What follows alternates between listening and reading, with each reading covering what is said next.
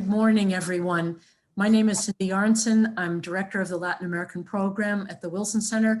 Together with my colleague, Benjamin Gadan, it is a pleasure to welcome you to this second of our crisis conversations featuring the President of the Dominican Republic, Luis Abinader.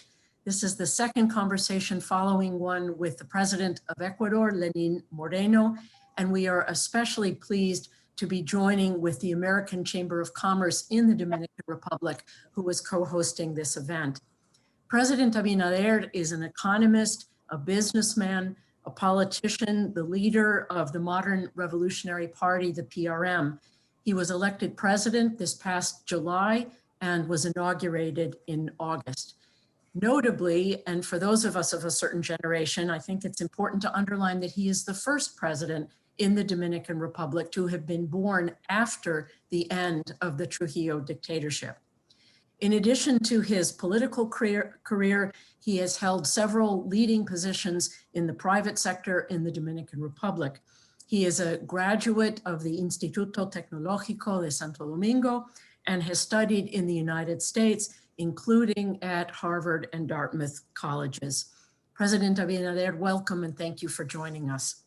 The first question obviously has to do with COVID-19. You yourself had COVID during the campaign, obviously have recovered. The cases of COVID in the Dominican Republic have peaked in July and August and now have started to decline, but the US State Department still has a travel advisory telling US citizens not to go to the Dominican Republic. Tourism, as we know, is an enormous percentage of Dominican GDP, anywhere from 9 to 17%, depending on whose figures one consults. And in fact, the Dominican Republic is more dependent on tourism than any other country in Latin America. So for opening question is what kinds of efforts has the government made to control the pandemic and to help protect those whose jobs in the tourism sector, in other areas in the informal sector, who have been impacted by the pandemic? How do you see the future recovery of your country? Yes, thank you very much. And thank you, the Woodrow Wilson Center and the American Chamber of Commerce for giving me this opportunity to communicate and to inform about all the projects and development of our government. I can tell you right now, today, that COVID is under control in the Dominican Republic. I have to say that we have half the lethality rate that United States has. We also have, at this moment, the less percentage of contagious depending on the number of tests that we are doing. Even we have doubled the amount of tests, of possibility of doing tests, and people are no longer going because at this moment, as I said, COVID is under control in the country and in much better circumstances than most of the countries of the region. We have 80% of the COVID beds free. We have 70% of the UCI beds free. We have 65% of the ventilators in the country, just for COVID, free. COVID is almost non-existent in the tourist areas. We have advised and speak with the State Department as well as the American Embassy in Santo Domingo, and they are evaluating the case because other countries has been going from 4 to 3 on the advisory to travel that are in worse circumstances than the Dominican Republic. And also as a package that we have done to relaunch the tourism sector, because as you said, it's very important for the Dominican economy. And it's the only part of the Dominican economy that has not recovered. We have recovered on the industrial side, on the free zones, on the agricultural sector, but we still have started to recover on the tourism sector. We on that package that we did to relaunch tourism. We are the only country in the world that is giving free a medical insurance to all tourists that comes to the Dominican Republic. Medical insurance to be treated in the best of the hospital that we have on the tourist regions, and as well if things or any patient complicate, then we have an ambulance that will return to his country of origin. And it has been working very well for tourists that are starting to come, especially to Punta Cana, to the Punta Cana region. So I can tell you at this moment, we were even selected one of the best countries to manage the COVID-19 by the OMS, and we are continue to do that. As I said, our lethality rate is one of the lowest in the world, at 1.8. And we are continuing to do a very strict protocol in every public and private hospital in the country. There is not one region of the country that doesn't have nearby a COVID center at this moment. And as I said, and also nearby a UCA that depends on that COVID center in case that the patients get complicated. In terms of the economic part and the crisis that you mentioned generated by the pandemic, as I said, our industry is now practically on a normal status, except for the part that supplies to the tourism sector. But even on the non-tourism sector, it has increased with comparing and with the last year. The agricultural sector is doing very well, as well as the free zones that we are even exporting on free zones on the month of September, more than we exported on 2019. We have given also, the government has given a special monetary incentive for companies to maintain employees during the COVID crisis, and that's we have helped. It has helped that the poverty has not increased as even multilateral organizations were predicted to do. So we are working also on the economic side to try to see if in the second quarter of next year we can get back to a normal situation after COVID. And I can tell you that the Dominican Republic, with all the economic measures and projects that we are doing, will come out stronger. Our government, which is a pro-jobs, pro-business, pro-transparency, we are doing a lot of policies to have a more transparent and fighting corruption in the Dominican Republic. We, in this administration also, we have established what has been what the civil society wants for several years, an attorney general politically independent that has been sworn, and it has no dependence on the president or any other political voice. So we have advanced a lot in terms of the security of the legal security, and we are continuing to do so to strengthen our legal security, and also our crime has been going down a lot also. So we are in a very good situation and establishing a lot of good policies for our country. Excellent, President Abinader. Thank you so much for being part of this conversation and our crisis conversation series. It's an honor to have this discussion. I want to talk a bit more about the investment climate in the Dominican Republic beyond tourism, and to hear even more from you on the subject of transparency, good governance, and fighting corruption.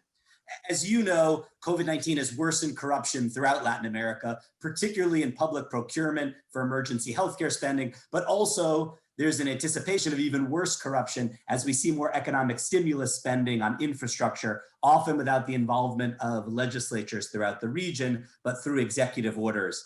In your campaign, you focused a great deal on transparency and anti-corruption, and I want to hear more about the measures that you have in mind, including about the greater independence for the Attorney General, which you just referenced, but also how you plan to address previous corruption. I recall that in your inaugural address, you said, and I quote, there would be no impunity for past corruption. And the expectation was that you were addressing the alleged bribery involving Odebrecht and the construction of a power plant outside Santo Domingo, but of course, other alleged instances of corruption before your new administration. So if you could talk a bit more about the measures you plan to implement to address anti-corruption, but also how you will look at previous instances. Yes. The main decision to do that is if you have an independent attorney general, as I said. And what is happening is that all the corruption cases that has been detected in every area of the government has been given to the attorney general, and they are working on the case. You have to remember that I just have 2.5 months in government, so all this process, you have to create cases. In case that it has the merit for it. So they are working on all these cases of corruption, but not just on the past government. We are also looking to any person, any government official from my government. It knows that it has no impunity, that the rule of law is for everybody, starting for the president. So that has been very clear in our administration. And at the same time, just to inform you how we have been dealing with purchasing and contract. The director for purchasing and contract of the government was the former representative of Transparency International in our country from Participación Ciudadana. So Carlos Pimentel, which is a person that even work on the law of transparency and contracts and purchasing, is the person in charge of and regulating that in our government. That regulation, even on the construction side, the government could not respond as fast as I would like to do. But what I have been telling our officials on the construction side area, saying between transparency and acceleration of work, you have to decide on transparency. And we are working fast, and now all this contract has been going with the procedure that this has to come. It's just also that the officials and the minister, they have to get used to all this control that needs every government to do so. So we are monitoring every aspect on this side to not just see the corruption on the past government, as I said also in my inauguration, that I said there will not be impunity for the past corruption, but there will also not be impunity for the current corruption. We were the one, and starting for the president, who has to give the example of transparency and honesty as a public servant that we are.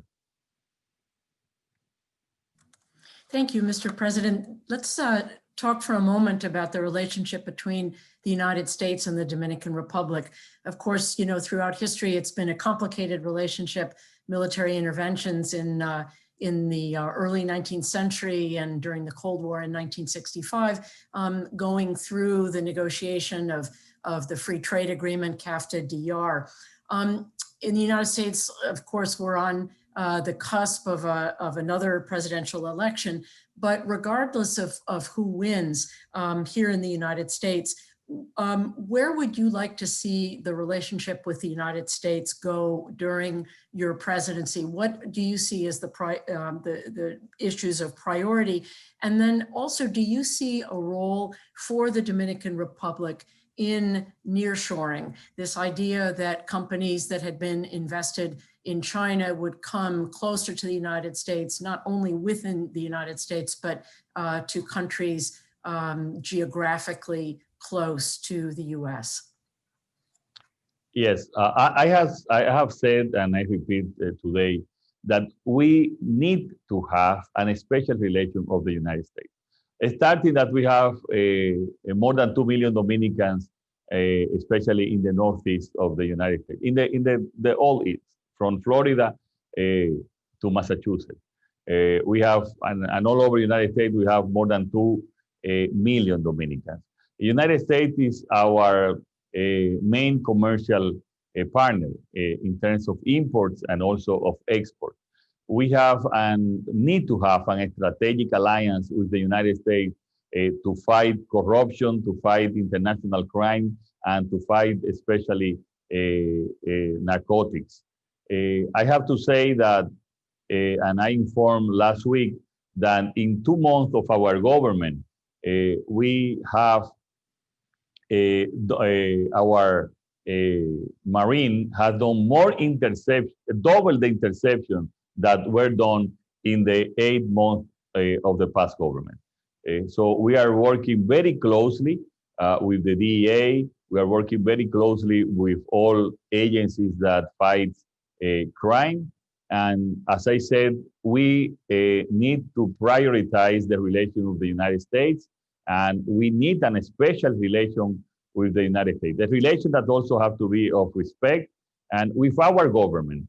They know that we share the same values of democracy, the same value of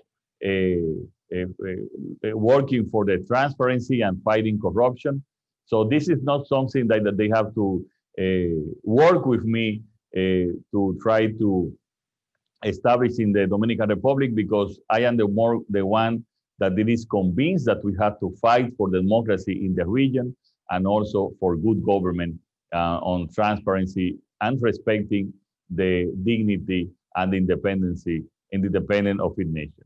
Concerning nearshoring, I think the Dominican Republic is on the best of the conditions for the nearshoring. And we have a task force working in that objective, which is headed by the Minister of Foreign Affairs, and is working with some other businessmen, especially from the free zones. And I think the Dominican Republic will be the country will be receptive of thousands of jobs coming from the nearshoring and industries establishing in this country. I want to talk more, Mr. President, about the relationship with the United States from a broader geostrategic framing. And you may guess what theme I'm hinting at. You know, in trying to establish this strategic relationship, you've spoken about shared values, including democracy. But an issue that has complicated those relations under the previous government has to do with China. In 2018, the Dominican Republic broke ties with its longtime partner, Taiwan, and established full diplomatic relations with Beijing. And at the time, China promised a $3 billion economic package, including substantial investments in infrastructure throughout the Dominican Republic. That was 2 years ago. And so my 2 questions are, number one, in your estimation, has China lived up to the promises that it made in persuading the Dominican Republic to break ties with Taiwan? But also whether you see the new relationship with China as a potential obstacle to the close ties that you seek with the United States. And everyone will recall that in protest of that decision, the US State Department had pulled its most senior diplomat from the Dominican Republic. I repeat, there has been, and I have been very clear, my position here has to be with we need to be on the side of an strategic alliance with the United States. For all the reasons that I already said, we need to have that strategic alliance with the United States. That doesn't also mean that we cannot have commercial relation with China that we even had before opening formal relations with them. And if they want to have investment in non-strategic areas of the country, they could have investment in non-strategic areas of the government. And I have been very clear that, I have been said that very clear to the ambassador of China. I have said that also very clear in the Dominican Republic. We can have good relations with China if they want to invest in areas that are non-strategic for our country. They are welcome and they can do it. But the decision of this government and what is on the best interest of the Dominican Republic is to have a strategic alliance on the side of the United States. Can I just ask you to quickly specify what you mean by the strategic sectors of the economy? This is an issue, of course, that even the US grapples with a very complex process of reviewing in foreign investment in areas that are considered strategic. In your mind, are you talking about telecommunications, the 5G technology? What are the areas that you consider off limits for potential Chinese investment? No, on the non-strategic, I mean, the strategic areas are very clear on that you can say, for example, ports, airports, telecommunications. These are part of areas that has to relate to the security of our country. That I mean for strategic and areas. Thank you. Thank you. Boy, this mute and unmute button takes a little bit of time. As an island nation, the Dominican Republic is clearly vulnerable to a changing climate on our planet. More frequent and more violent hurricanes, questions of sea level rise. How is the Dominican Republic adapting or looking towards the future to adapt to these more difficult and harsher realities? For the first time, after it was created 7 years ago, we had this week, we had the first meeting of the Climate Council of the Dominican Republic. That it was created 7 years ago and had never met. And so this week we had the first council for a clean climate and for clean development in our country. One of the problems that we have is that we don't create the contamination and the CO2 problem, but we receive the consequences of it because of the rising water, the rising sea waters. So we are working on a short term and a long term strategic to see how we can adapt and prevent this problem of rising sea waters. And imagine that for us, it means that it could disappear some beaches, which are part of our great asset that we have for tourism. So we are working on a medium and long-term projects for that. There are several islands in the world that we have discussed also to unite and establish some ideas that we can share and that we can do in order to protect, in our case, for the rising of seawater that could be very negative for us. But as I said, we don't create that problem, but then we have the consequences of it. I want to talk about the shared border with Haiti. Borders throughout the world right now have become flashpoints, largely over public health concerns. In the Dominican Republic, however, the stark economic disparities on the shared island have long created migration challenges, as well as disputes over the treatment of Haitians in the Dominican Republic and over their migration status. I wonder if Haiti's most recent and extended political crisis have worsened these challenges that you have inherited in your short presidency so far, whether perhaps the early challenges in the Dominican Republic with COVID-19 brought Haitians moving back home, whether perhaps all of these crises have created opportunities for collaboration on public health and other areas. How do you see the challenges of managing both Haitians in your own country and the relationship across the board? The Haitian situation is one of the major problems that the Dominican government has. It creates a lot of problem because, as I said, there is no stability in Haiti. There has been a lot of, as you have seen, crisis, people on the streets, and it's a country that has a lot of problems. As you know, is the poorest country in the Western Hemisphere, and the government also don't have the strength to control the situations that are creating that. So the Dominican Republic, it has to protect the border.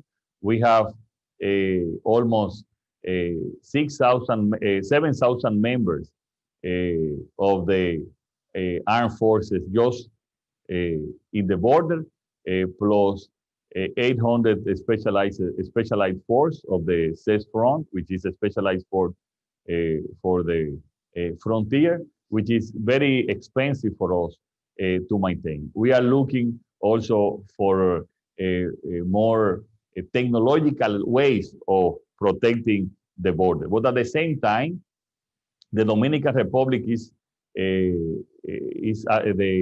with the Haitian poverty problem is affecting a lot of our budget, as a lot of the Haitians women come to give birth to our country, and we don't have that possibility in our budget. So what I can tell you is that we will be a speaker to the whole Americas, to the whole region, and also countries like France that historically has been tied to Haiti, in order that we can work on a development plan for Haiti that will help also Dominican Republic. And our country cannot continue to maintain the cost related to the situation in Haiti.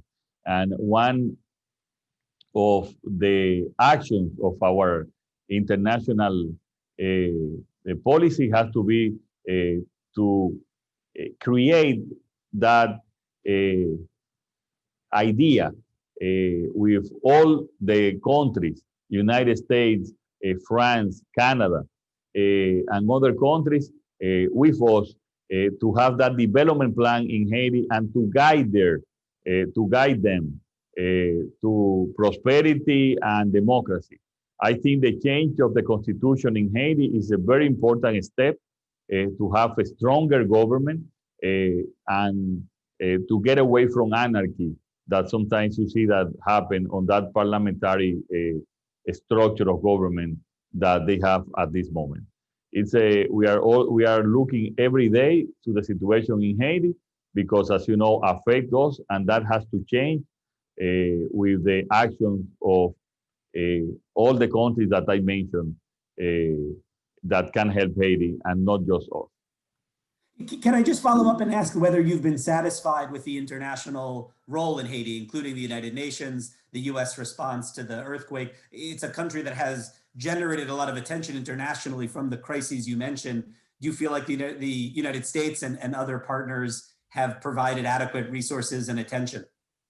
Well, if you see it from the distance, you have to say, no, we are not happy with that.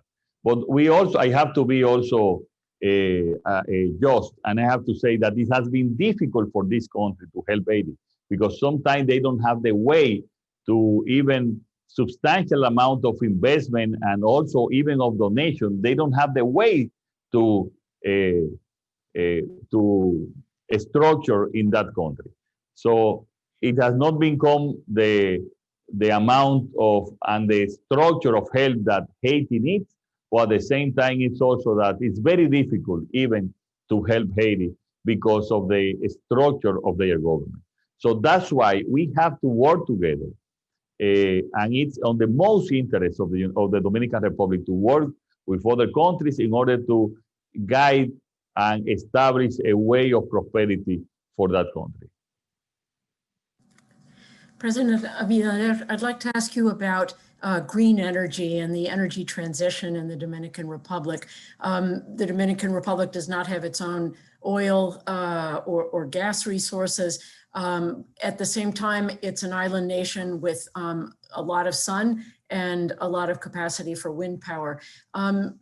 In years past, the US administration was interested in helping economies in the Caribbean and in Central America that were part of the scheme of Hugo Chavez of Petrocaribe to be less dependent. And there at one point was a fair amount of US support for that kind of energy transition. Did any of that come to fruition? And how do you see the energy future of the Dominican Republic? Yesterday, I inaugurated a 300 mega natural gas generation company.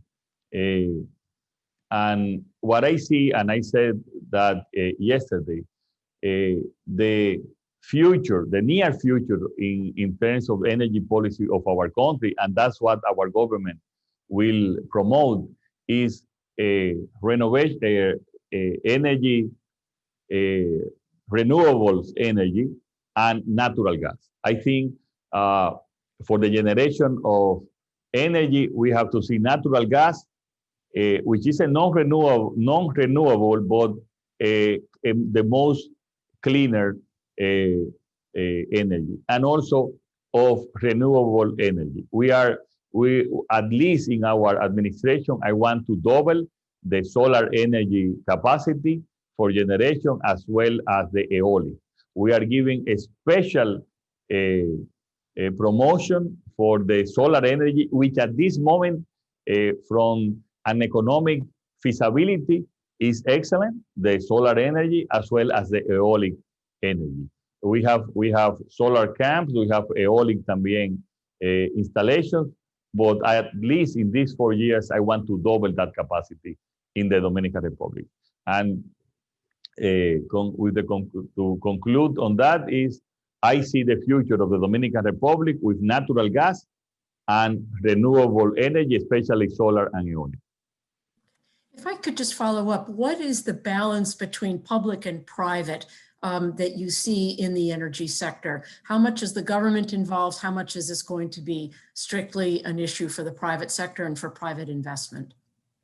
Well, on generation at this moment, I would say with the Punta Catalina project and the other interests that the Dominican Republic has, the Dominican government has, it's about 40% on the generation side that is government property. Even a part of that is managed by the private company. We have a 50% share, in other company even more, but is managed by the private company on the generation side. On the distribution and commercial, it's 100% government owned. And as you can imagine, there were a lot of corruption on that distribution and commercial companies, and are not efficient.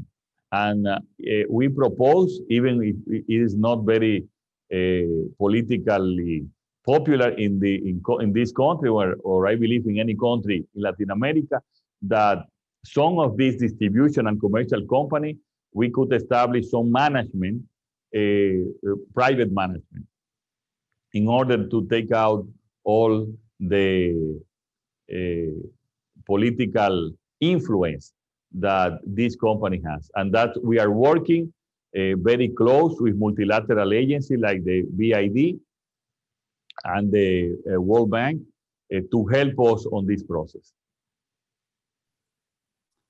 The United States is hosting the Summit of the Americas next year, and there's been a lot of discussion about whether trade might be a central part of the agenda for the region from the perspective of either a second Trump administration or a first Biden administration.